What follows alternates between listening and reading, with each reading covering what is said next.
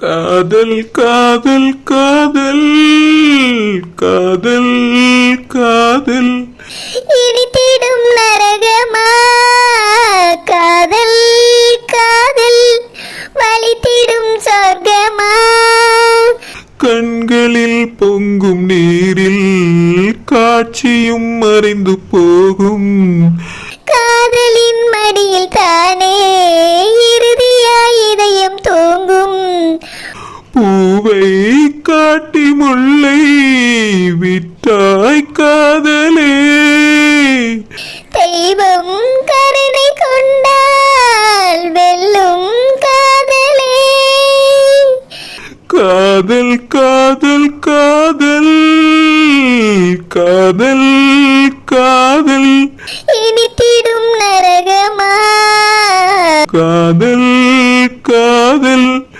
வலித்திடும் சொர்க்கமா.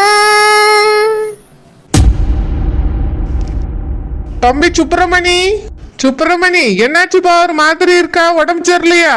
காய்ச்சல் எதுவும் அடிக்குதோ? அதெல்லாம் எதுவும் இல்லைண்ணா, நான் நல்லாதான் இருக்கேன். நல்லா இருக்கியா? உன் முகத்தை பார்த்தாலே தெரியுது நல்லா இல்லைன்னு. என்னப்பா ஆச்சு? எதுவும் பிரச்சனையா? அப்பா அம்மாக்கு எதுவும் உடம்பு சரியில்லையோ? வீட்டுல எல்லாரும் நல்லா இருக்காவ தானே? வீட்டுல எல்லாரும் நல்லா இருக்காவண்ணா. அப்புறம் என்னப்பா ஆச்சு? மனசுக்கு எதுவும் சரியில்லையா? ஏன் ஒரு மாதிரி இருக்கா? பேய் அரைஞ்ச மாதிரி முகமே சரியில்லையே, வாட்டமெல்லாம் இருக்கு. காலையில கோயிலுக்கு போயிட்டு வரக்கூடாதா? கோயிலுக்கு போகலண்ணா. ஏன்பா என்னாச்சு? ஏன் ஒரு மாதிரி இருக்கா? எதுவும் இல்லைண்ணா, நான் நல்லாதான் இருக்கேன். முகத்தை பார்த்தாலே தெரியுது ஏதோ சரியில்லைன்னு. கேட்டா ஒண்ணும் இல்லங்க. இப்படி இருந்தா வேலையில எப்படிப்பா கவனம் செலுத்த முடியும்? இங்க பாரு தம்பி சுப்பிரமணி, சொல்லுங்கண்ணா. எதுவும் பிரச்சனைனா ஒரு 2 நாள் வேணா லீவு கூட எடுத்துக்க. அண்ணன் ஒன்னும் சொல்ல மாட்டேன்.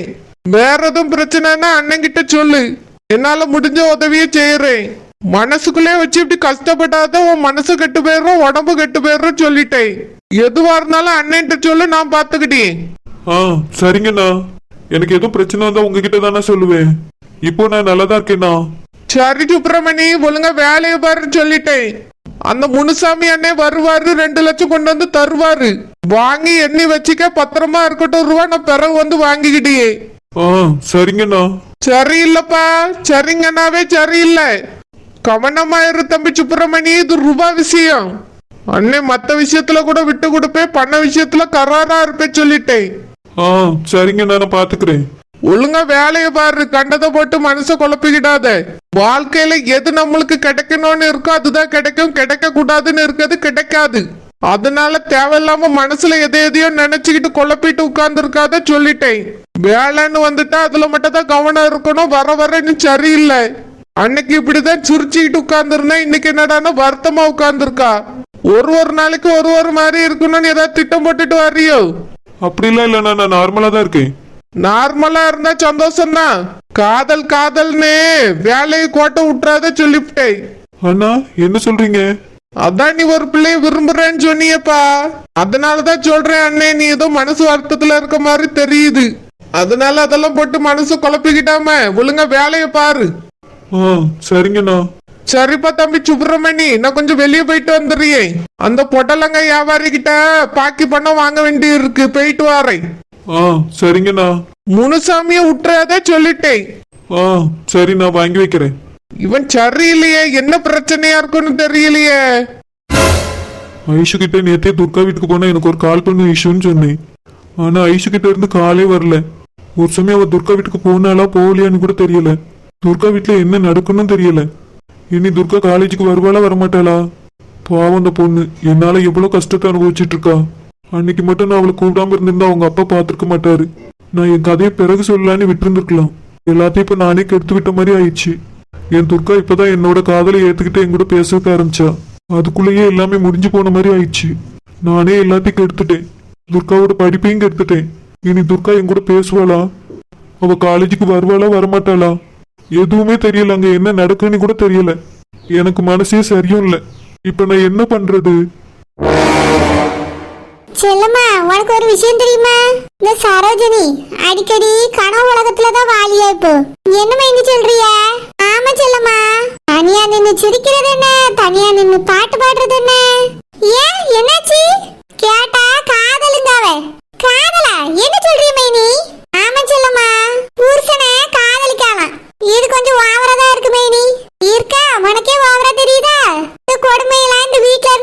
பேசிக்கிட்டு இருக்க எனக்கு எப்படி இருக்கும்? தனியா நிக்க கக்க பக்கன்னு சிரிக்க. கூப்பிட்டாலும் காதுல வாங்குறது இல்ல, ஒரே வெக்கம். தனியா நின்னுட்டு அதெல்லாம் பண்ணியா? ஆமா செல்லம்மா, புருஷங்கார கூட இருக்கும்போது கூட பேசி சிரிச்சிட்டு கிடந்தா நமக்கு ஒன்றும் தெரியாது. ஆனந்த் குழந்தை தோட்டத்துக்கு போயிட்டாவன்ட்டு அவளை கூப்பிடுறதுக்காக ரூமுக்கு போனேன். தனியா நின்னு பேசிக்கிட்டு இருக்கா, வெக்கப்படியா சிரிச்சுக்கிட்டு இருக்கா. இதுல பாட்டு சத்தெல்லாம் வேற கேக்குது. ஐயோ, பேய்க்கு ஏதாவது பிடிச்சிட்டான்னு பார்க்க சொல்லுங்க. நானும் அப்படிதான் நினைச்சேன், கிறுக்கு பிடிச்சிருக்குமான்னு.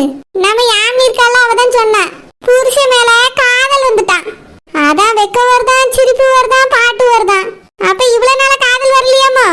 அது என்னமோ ஏதோ தெரியல செல்லம்மா, இப்பதான் புதுசா இருக்கு. நல்லாதான் மைனி நாடகம் படியாளுவே. இந்த நாடகத்தை இன்னும் நான் பார்க்கலையே. செல்லம்மா இப்பதானே வந்திருக்கா, போ பாரு. அவ என்னெல்லாம் பண்ணியான்னு உனக்கே தெரியும். சரி மைனி பாக்கே. அப்புறம் ஒரு முக்கியமான விஷயம் செல்லம்மா, சரோஜினி அம்மா நிச்சயத்துக்கு வராம இருந்துட்டாவ. ஆனா கல்யாணத்துக்கு அப்படிலாம் வராம இருக்க மாட்டோம், கண்டிப்பா வருவாவ. நம்ம அவியலை விட்டுற கூடாது, கண்டிப்பா இந்த விஷயத்த பத்தி கேட்டே ஆகணும். ஆமா மைனி, நிச்சயத்துக்கு வராம இருந்துட்டாவ பத்தியலா? செல்லம்மா அது அந்த பிரச்சனை நடந்து கொஞ்ச நாள்ல நிச்சயம் வச்சுட்டாவல்ல. எங்க இந்த நிச்சயதார்த்தத்துக்கு வந்தா நம்ம எதுவும் கேப்போம்னு நினைச்சு பயந்துருப்பாவ. அதனாலதான் வராம வீட்டுக்குள்ள ஒளிஞ்சு கிடந்துகிட்டு உடம்பு சரியில்லைன்னு போய் சொல்லியிருக்காவ. கல்யாணத்துக்கு அப்படிலாம் போய் சொல்ல முடியாதுல்ல. ஒரு சம்மந்தியா கண்டிப்பா வந்துதானே ஆகணும். ஒரு பிள்ளையவா கட்டி கொடுத்துருக்காவ, 2 பிள்ளைய கட்டி கொடுத்துருக்காவ. அதனால கண்டிப்பா வருவாவ, நீ பாத்துக்கிட்டே இரு. வந்தவியல சும்மா விட்டுற கூடாது செல்லம்மா. ஆக்க புடுங்குற மாதிரி 4 வார்த்தை கேட்டுறணும்.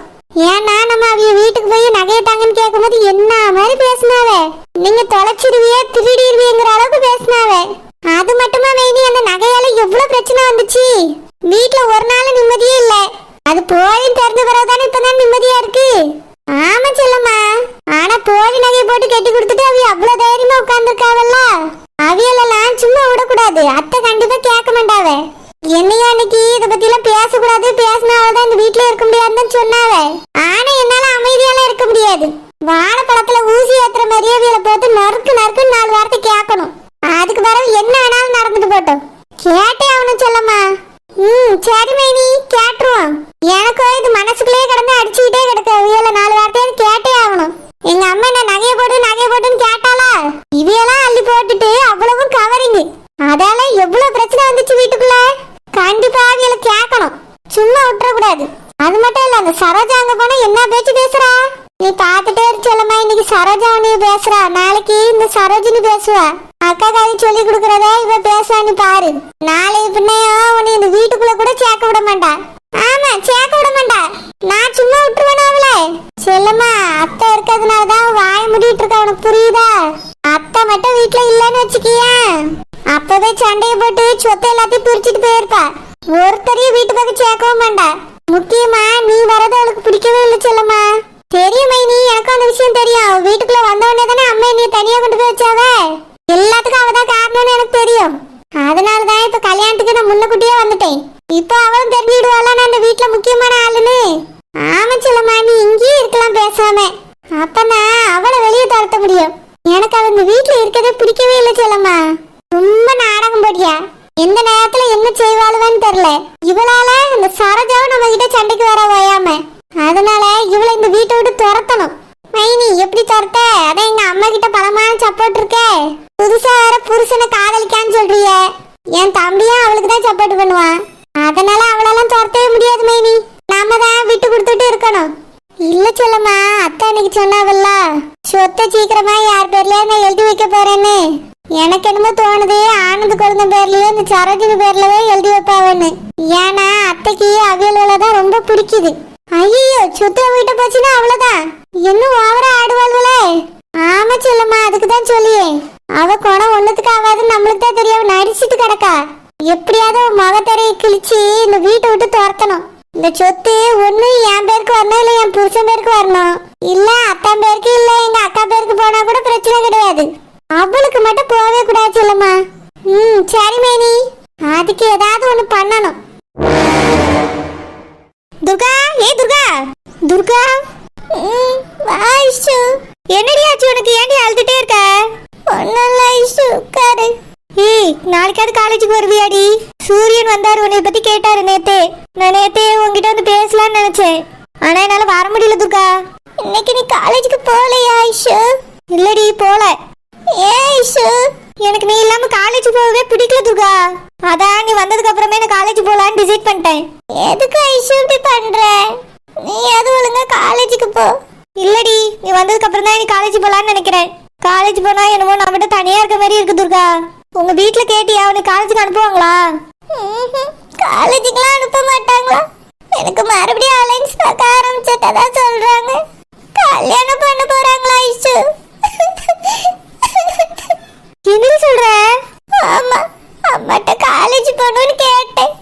அதுக்கு அம்மா நீ காலேஜ்லாம் இனி படிக்க வேண்டாம், அப்பா உனக்கு மாப்பிள்ளை பார்க்க ஆரம்பிச்சிட்டாங்கன்னு சொல்றாங்க. கல்யாணம் பண்ணி நீ அனுப்ப போறாங்களா ஐஷு? ஐயோ, எனக்கு இப்ப என்ன பண்றதுனே தெரியல ஐஷு. ஏய் சூர்யா, நேத்தே உன்னைய போன்ல பேச சொன்னாரு. எப்படி பேசுறது?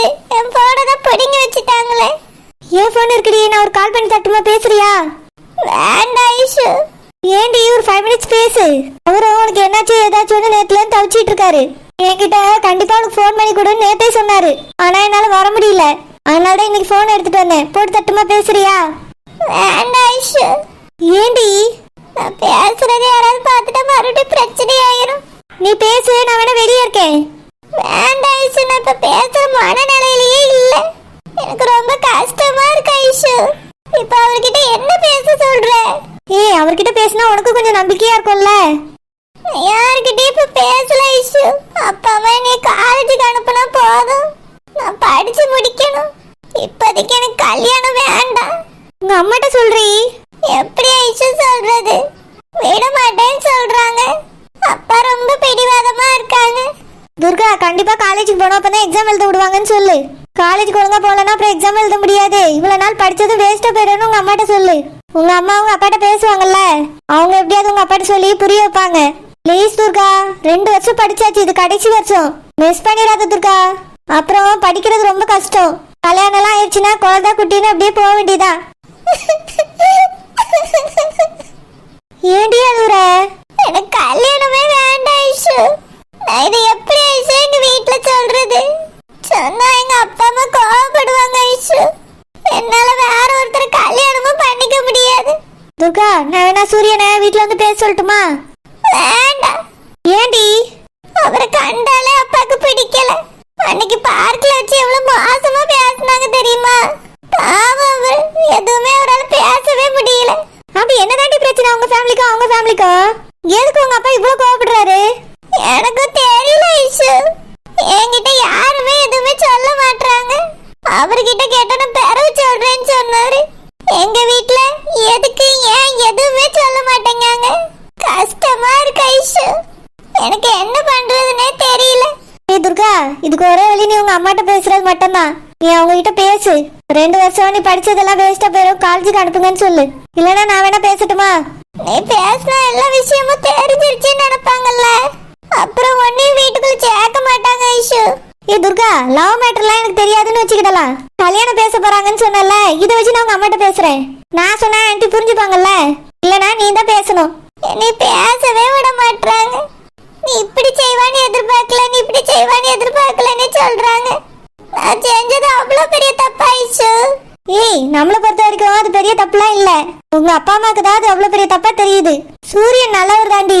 அவங்க அப்பாக்கும் உங்க அப்பாக்கும் என்ன பிரச்சனை இருந்தா நம்மளுக்கு தெரியல. அத ஃபர்ஸ்ட் தெரிஞ்சுக்க ட்ரை பண்ணு. சரி ஐஷு. துர்கா, ஐஷு நீ எப்பமா வந்த? இப்பதான் ஆண்டி. அப்படியா? துர்கா கூட யாரோ பேசி இருக்கமே, சத்தம் கேக்குதேன்னு நினைச்சிட்டு தான் வந்தேன். ஆண்டி, துர்கா அழுதுகிட்டே இருக்கா ஆண்டி. என்னாச்சு? காலேஜுக்கு அனுப்ப மாட்டேன்னு சொன்னீங்களாமே, எதுக்கு? அது வந்து ஐஷு, ஒரு நல்ல மாப்பிள்ளை வீட்டுக்காரே வந்திருக்காவலாம், கல்யாணம் பண்ணி கொடுத்துடலான்னு அவ அப்பா சொல்லிக்கிட்டு இருக்காவ. அதனால இதுக்கு மேல அவ காலேஜுக்கு போக வேண்டான்னு சொல்லிட்டாவ. ஆண்டி, 2 வருஷம் அவளை படிக்க வச்சிட்டீங்க, இது ஃபைனல் இயர். இன்னும் கொஞ்சம் மாசம் தான் எக்ஸாம் எழுதிட்டானா அவ படிப்பு கம்ப்ளீட் ஆயிரும். அதுக்கப்புறம் நீங்க கல்யாணத்தை வச்சுக்கோங்க ஆண்டி. எதுக்காக இப்பவே கல்யாணம் பண்ண போறீங்க? ஐஷு, நல்ல மாப்பிள்ளை வீட்டுக்காரே வரதே கஷ்டம். ஒரு நல்ல இடம் வரும்போது கட்டி கொடுத்துடலாமேனவே அப்பா ஆசைப்படியாவ. நான் போய் அதுல குறுக்க நிக்க முடியுமா? ஆண்டி, இப்பவே ஒரு கல்யாணம் ஸ்டாப் ஆகி துர்கா எவ்வளவு ஃபீல் பண்ணா நீங்க பாத்தீங்கல்ல. திரும்பவும் உடனே நீங்க இந்த மாதிரி ஸ்டார்ட் பண்ணா என்ன அர்த்தம்? தயவு செஞ்சு இது வேண்டாம் ஆண்டி. அவ படிப்பு முடியட்டும், அதுக்கப்புறம் நீங்க கல்யாணம் பேச்சு விடுங்க. நாளையில இருந்து என் கூட அவளை காலேஜுக்கு அனுப்பி விடுங்க ஆண்டி. நான் வந்து துர்காவை காலையில கூட்டிட்டு போறேன். நான் அவளை பத்திரமா பாத்துக்கிறேன். அவ படிக்கிட்ட ஆண்டி, படிக்கணும் படிக்கணும்னு சொல்லி அழுதுகிட்டே இருக்கா. இப்ப கல்யாணம் வேண்டாம் ஆண்டி, நீங்க அங்கிள்கிட்ட பேசுங்க. நான் சொன்னாவி அப்பா எங்க கேட்கவே. ஆண்டி துர்கா இன்னைக்கு காலேஜுக்கு வரலன்னு நானே காலேஜ் லீவ் போட்டேன். அவ வராம எனக்கே காலேஜுக்கு போக பிடிக்கல ஆண்டி. ப்ளீஸ் ஆண்டி, என் படிப்பு இதனால கெட்டு போயிடும். துர்கா தான் எனக்கு எல்லாமே ஈஸியா சொல்லி தருவா. அவ இல்லாம எனக்கும் காலேஜ் போகவே விருப்பம் இல்ல. ப்ளீஸ் ஆண்டி துர்காவை அனுப்பி விடுங்க ஆண்டி. காலேஜ் முடிச்சதுக்கு அப்புறம் நீங்க கல்யாணம் பண்ணி கொடுங்க. ப்ளீஸ் ஆண்டி, அவ காலேஜ் படிச்சு முடிக்கட்டும். இல்லனா அவளோட படிப்பு எல்லாம் வேஸ்டா போயிடும். கல்யாணம் முடிஞ்ச பிறகு மாப்பிள்ளை வீட்டுக்காரங்க படிக்க வைப்பாங்களோ படிக்க வைக்க மாட்டாங்களோ யாருக்கு தெரியும். ப்ளீஸ் ஆண்டி துர்காவை காலேஜுக்கு அனுப்புங்க. அங்கிள்கிட்ட பேசுங்க. அம்மா நான் காலேஜுக்கு போறேம்மா, படிக்கணும். உங்களுக்கு பிடிக்காத எதையும் நான் செய்ய மாட்டேம்மா. ப்ளீஸ்மா காலேஜுக்கு மட்டும் அனுப்புங்க. சரி துர்கா அழாத, உங்க அப்பா வரட்டும், நான் பேசி பார்க்கேன். அவைய சம்மதிச்சாதான் போக முடியும், இல்லைன்னா போக முடியாது. ஆண்டி நீங்க பேசுங்க ஆண்டி, அங்கிள் கண்டிப்பா சம்மதிப்பாங்க. சரிம்மா, நீ துர்காட்ட பேசிட்டு அவைய அப்பா வந்து போற, நான் பேசியேன். Okay aunty. துர்கா ஆண்டி பேசுறேன்னு சொல்லியிருக்காங்க. கண்டிப்பா காலேஜுக்கு அனுப்புவாங்க துர்கா, நீ அழாத. சரி ஐஷு, ஒருவேளை அனுப்ப மாட்டேன்னு சொல்லிட்டாங்கண்ணா. ஏய் எக்ஸாம்காவது வாடி, இல்லனா இவ்வளவு நாள் படிச்சது வேஸ்டா போயிடும். அட்டெண்டன்ஸ் சொல்லுங்க, இல்லனா எக்ஸாம் எழுத விட மாட்டாங்கல்ல ஐஷு. ஆமா துர்கா, இருந்தாலும் நீ நல்லா படிக்கிற பொண்ணு தானே. காலேஜ்ல பிரின்சிபலை பார்த்து பேசுங்க, அவங்க அலோவ் பண்ணா நீ எக்ஸாம் எழுதலாம். எனக்கு காலேஜ் வந்து படிக்கணும்னு ஆசையா இருக்கு ஐஷு.